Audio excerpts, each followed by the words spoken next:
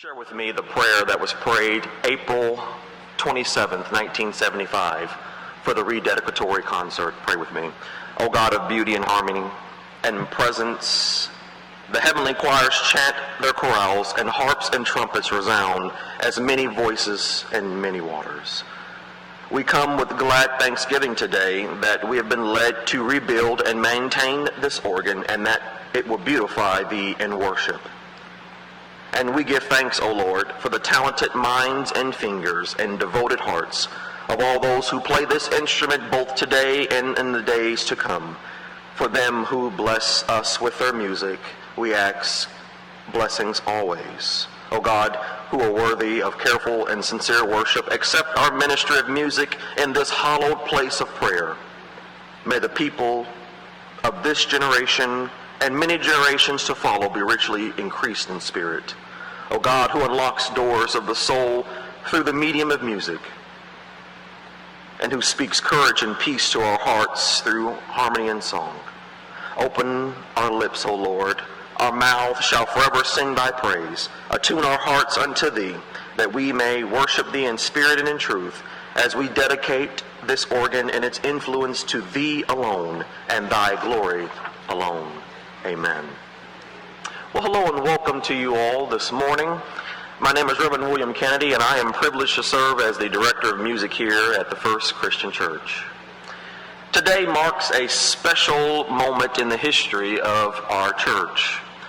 100 years ago, on this very day, our congregation dedicated the 1926 Austin organ as its primary instrument of worship for weddings, funerals, and countless special occasions. As we continue to celebrate the centennial of this edifice, we pause to reflect on an instrument that has become central to our worship experience. This building itself was born from tragedy and loss following the destruction of the previous building, and yet from that loss came the renewed dedication, the renewed faith, and the renewed perseverance to keep pressing on. And for nearly a century, this sanctuary has stood through the changing times, the world-shaping events, and generations of faithful worship. For many, this building has been a place where faith has been discovered, strengthened, and transformed.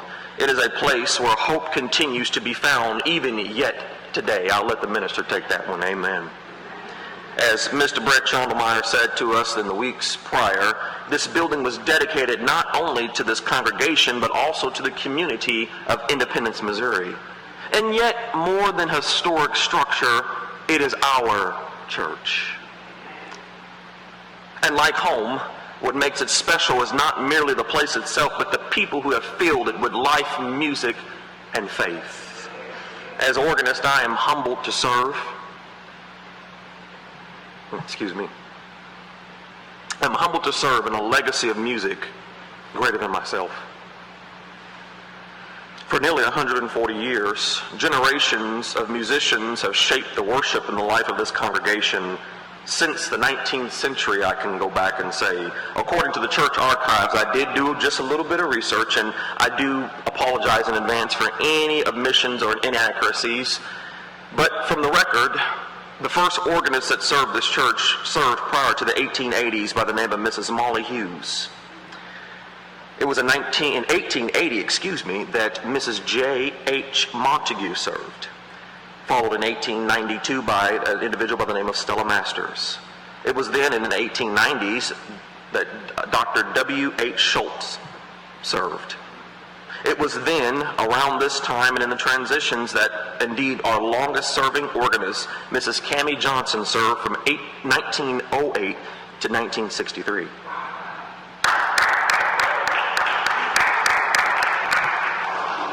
Amen. Following her service, Mary Ann Webb in 1963, Jack Ralston, and please forgive me for mispronunciation of these last names, and our most recent, another long-serving tenure was Barbara Eichenberger from 1965 to 1972. Following her tenure, although I do have dates, no complete dates, but I do want to read these names in honor: Joanne Meissen, Dale G. Ryder, Dr. Stephen Nell, Thomas Greathouse, Sabine Levi, and Beth Hackley. And I would like to take just a moment to honor Barbara as she has passed and gone from labor to reward. And finally, I would like to honor all of our previous organists, choir directors, handbell directors, music directors, and church musicians who have labored and now rest. Would you pause for a moment of silence with me, please? But as we celebrate here in this worship space. We celebrate the people, we celebrate the place, and lastly, what celebration will be complete? Well, without the pipes themselves. They've done the work the last 100 years. Amen.